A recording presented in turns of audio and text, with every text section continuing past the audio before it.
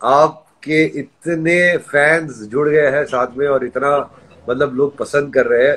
वैसे ही लोग बहुत बहुत ज्यादा इस गाने को बहुत ज्यादा प्यार दिया है लोगों ने, तो बहुत बहुत देखिए शुक्रिया। गाना तो एक मेरा भाई लिखा है, लव यू करेजा।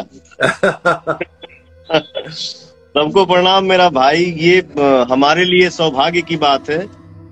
गाना तो माइंड ब्लोइंग है, ये है।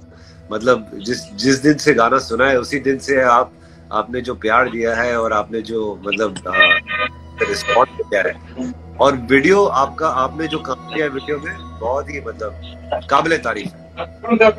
थैंक यू थैंक यू भैया। बिल्कुल बिल्कुल भैया। मैं अभी यूपी के प्रतापगढ़ में शूट कर रहा हूँ। मुझे अमित ने भेजा गाना, तो वैनिटी में मैंने गाना सुना। ये और अच्छा लग रहा है। हाँ मतलब मजा आ गया सुन के। जो कसर बाकी थी वो हमने पूरी करी दी। थोड़ा सा मतलब लोगों को थोड़ा और नचाने के लिए आदेश दिया गया था, तो बोला कि चलो कुछ करते हैं और एक धमाका करते हैं। क्या बात है भैया, दिल गदगद हो गया।